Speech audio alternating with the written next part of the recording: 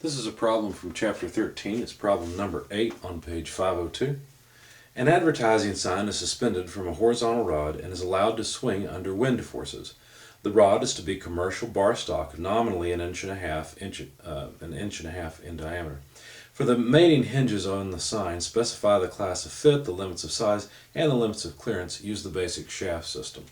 Normally we use the basic hole system, so that means that the hole can take on the nominal size. That's within its acceptable range, whereas the shaft would always be undersized. In this case, the shaft can take on the basic size.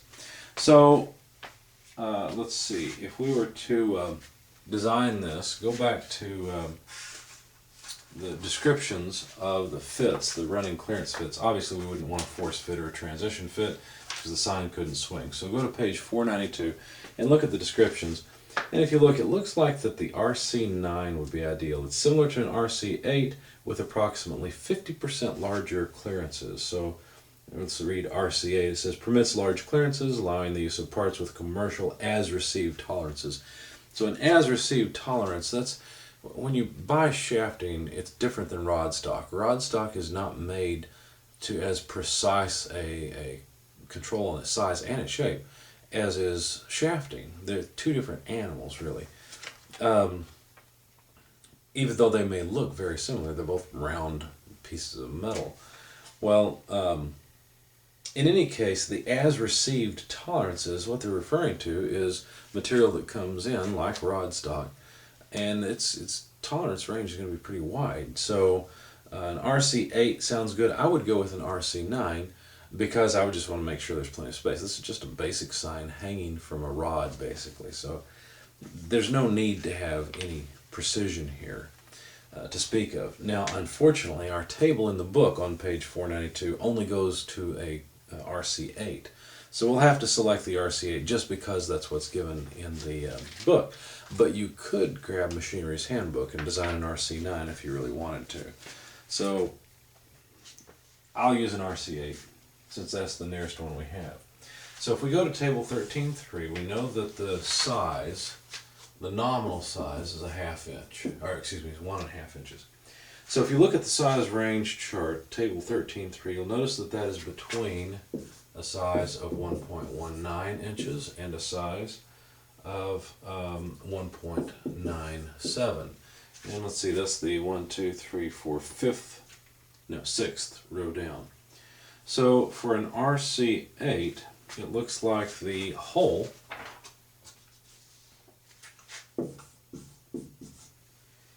would be anywhere from 4 thousandths over to -0, and the shaft could be anywhere from 5 thousandths under down to 7.5 thousandths under. Okay, now you have to be careful. Notice that this is the basic hole system because that's what the tables give us. They give us the hole can take on the basic size or the nominal size. So 1.5 inches is the nominal size. If the hole could be -0, that means it would be exactly 1.5. It could be up to 4 thousandths of an inch over. Well, we want the shaft to be able to take on the nominal size. That's what we were told to do, is use the basic shaft system. Here's the key. The class of fit that we've got, that RC8, RC9, whatever you happen to go with, that class of fit really is just talking about what's the range on the hole and what's the range on the shaft, and how far apart are those two ranges, so that we're guaranteed a certain fit, a certain clearance between the two. And so what we can do to make this work, you realize that the shaft could be 5 thousandths under. So instead, in order to go from the basic hole system to the basic shaft system, in other words, so that the shaft could take on the nominal size, let's just add 5 thousandths of an inch. So the shaft could be anywhere from down by 0 all the way to down by 2.5 thousandths. Now the problem is, if that's the only thing we do, that's going to change the relationship between the hole and the shaft, because look, the hole and the shaft could be the same size and there wouldn't be any clearance at all really to speak of. So we have to add 5 thousandths to this one as well in order to maintain that separation and that guaranteed clearance of at least 5 thousandths of an inch. So if we do that, then the hole would become anywhere from plus 9 thousandths over to at least plus 5 thousandths over. Okay, so this changes the basic hole system to the basic shaft system. Okay, so the limits of size then for the hole would be 1.5 inches plus 9 thousandths, so 1.509. Let's make this look nice. All the way down to 1.5050. So there's the 5 thousandths or 9 thousandths extra. And for the shaft, it could be anywhere from 1.5000. Let's see this. No, that's right. We were using 4 decimal places. So anywhere from the basic size all the way down to 2.5 thousandths under.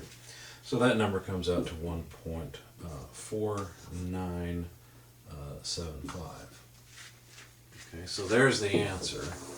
That would give us the exact same RC8 class of fit in the basic shaft system as we had in the basic hole system. So there's our results and what we would specify. Let's make sure we haven't missed anything. I want to say one more thing about this. That's still not a whole lot of clearance. 5 thousandths of an inch is not much. And if this is a sign that's going to hang outside and swing in the wind and maybe even rust, I'd specify a whole lot more clearance than that for it. So you don't have to specify a class of fit that's listed in Machinery's Handbook. If it's just a simple sign, I mean, I'm thinking Disneyland, you know, the classic German-looking building, you know, where you've got a simple rod going straight out and the sign just swings back and forth, something that looks like the Middle Ages. I would specify a lot more clearance because most likely the sign's going to corrode, the rod's going to corrode, rust, whatever.